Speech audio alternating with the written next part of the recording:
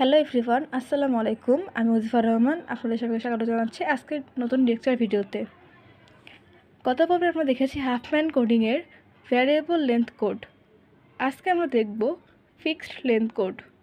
Fixed length code বের করার জন্য আমাদের এরকম একটা স্ট্রিং বা ওয়ার্ড দেওয়া থাকবে।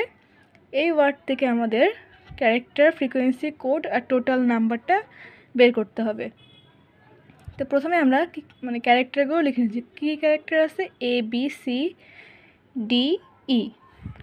এই যে A B C D E এখানে দেওয়া ছিল যে এখানে হচ্ছে 20টা ইয়ে আছে, 20টা ওয়ার্ড আছে, 8 বিট করে একটা ওয়ার্ডের সাইজ।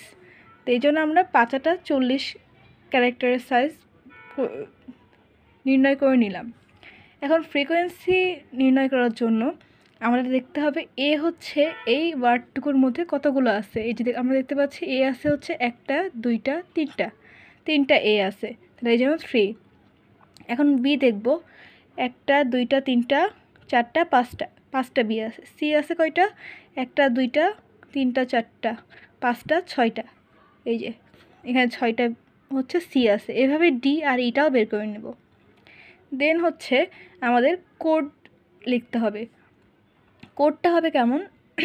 আমাদের যে কয়টা ক্যারেক্টার থাকুক না কেন, আমাদের বাইনারি ভ্যালু যেটা 3 বিট বাইনারি ভ্যালু 0, এখানে যেহেতু 5টা ক্যারেক্টার আছে এই জন্য 0 থেকে 4 পর্যন্ত হবে। যদি 6টা ক্যারেক্টার থাকতো তাহলে 0 থেকে 5 পর্যন্ত হতো।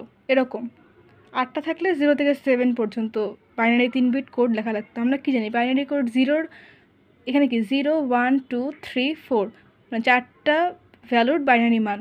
0-র বাইনারি কত? 0 0 0। 1-এর বাইনারি আমরা জানি 0 0 1। 2-র বাইনারি জানি 0 1 0।